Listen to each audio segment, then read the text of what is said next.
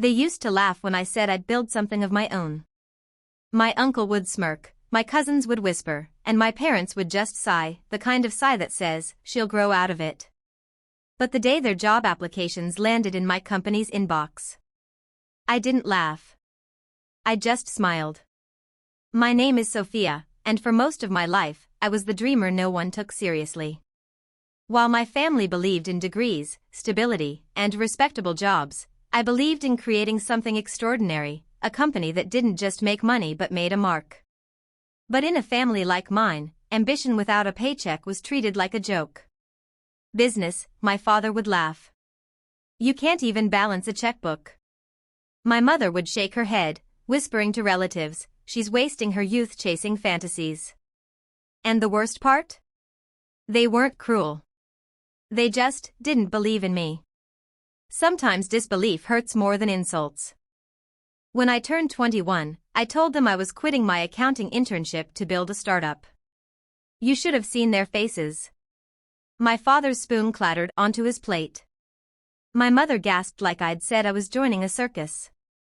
My cousins laughed so hard, one of them actually recorded me saying, "You'll see one day."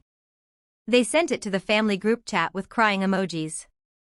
That night, I cried too, but not because of shame. Because deep down, I knew I'd make that video a prophecy. For months, I worked from a secondhand laptop in a damp apartment with cracked paint and noisy neighbors. No investors. No mentors. Just an idea, an app that connected small local artisans with buyers worldwide. While others saw chaos, I saw potential. The first prototype failed. Then the second. Then the third. But every failure was just feedback. The bills piled up.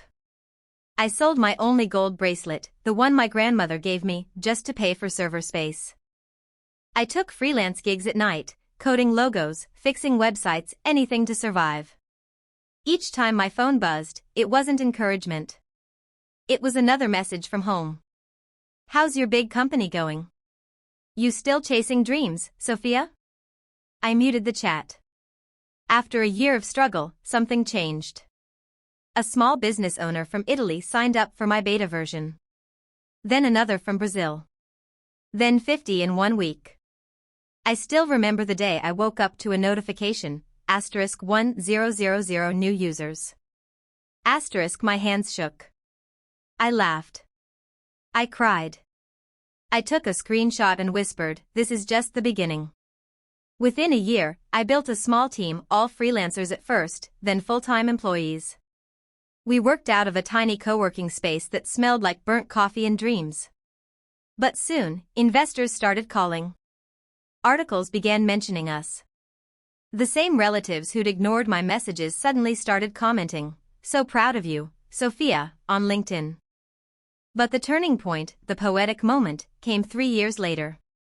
My company, Artisyn, had grown into a global platform with offices in 4 countries. We were hiring project managers, developers, designers. And as I reviewed the applications that poured in, I froze.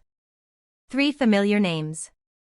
My cousin Mark, the one who'd laughed the loudest. My uncle, applying for a logistics role. And my mother, forwarding my company's HR email to my father, saying, "They're offering great salaries." I sat there for a long time, just staring at the screen. The same people who once told me I was naive were now hoping I'd hire them. That weekend, I hosted a family dinner. The same house that had once been filled with mockery now echoed with admiration. They all came dressed politely, smiling too wide. The table was quiet at first, until my father cleared his throat. "You've done well, Sofia," he said, his voice careful, like the words were heavy. My mother nodded, her eyes softer. My cousin tried to joke, "So, boss, hiring family yet?" I smiled. "We're always looking for people who believe in the mission." They laughed, awkwardly. Because deep down, they knew what I meant. After dinner, I walked them to the door. My father paused. "I'm proud of you," he said. It was the first time in my life I'd heard those words. And though part of me wanted to remind him of all the times he hadn't believed, I didn't. Because success had already said everything for me. A few months later, Artisyn hit $1 billion valuation. The news spread across every channel, every social media feed. Self-made CEO from humble family builds global platform. Reporters called me the queen of creative commerce. And my parents? They couldn't stop smiling when neighbors brought up my name. One night, I got a call from my father. "Sofia," he said quietly, "your mom and I were thinking, could we visit your office?" I said yes. When they arrived, I watched their faces as they stepped into the glass building, the one with my name, Sofia Hartman, founder and CEO, etched on the front. My mother touched the plaque gently, tears in her eyes. "You really did it," she whispered. I smiled. "I told you I would." We toured the workspace of bright, modern, filled with people who believed in something bigger than themselves.